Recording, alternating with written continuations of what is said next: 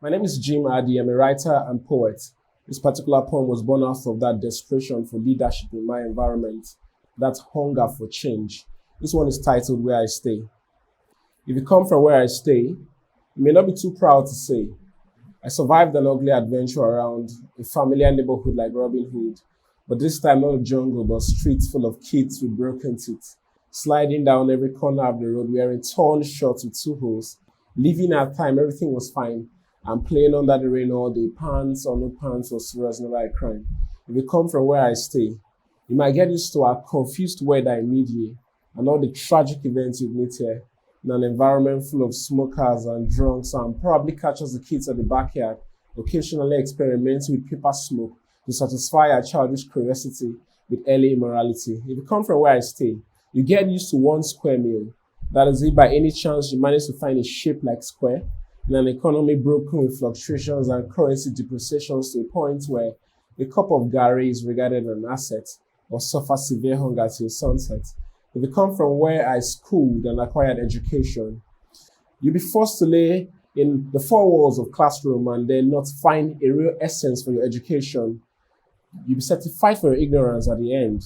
If you come from where I stay and worship God, you'll be forced to lay helpless in these bowls of religious terrorism and seek grace to survive in a race that is different from yours.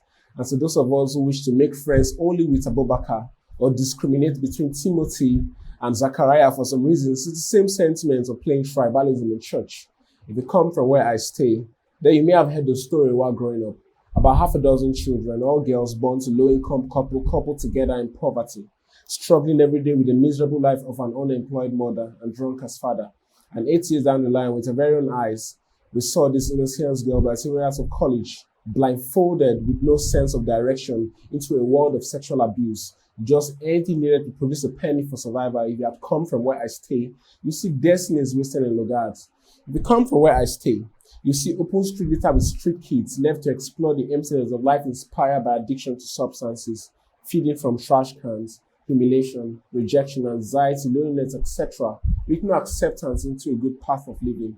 If you come from where I stay in Calabar, we call them Skolombos. If you come from where I stay, there's no need to exclaim, oh my God, when a girl child puts to birth at the age of 13. No need shouting about female genital mutilation, or when a statistic shows a drastic increase in the rate of child abandonment, or even be shocked at the news of early marriages. If you come from where I stay, you see ladies exploited like beverages. Pathetic. If you come from where I stay, finally, you'll be familiar with the noise of sirens floating in traffic, lawmakers breaking their laws.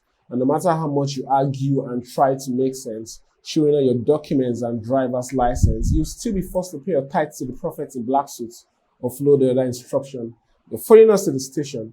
If you come from where I stay. If you really come from where I stay, then you must be a Nigerian. I wouldn't say I'm lost here, but honestly, I'm found missing.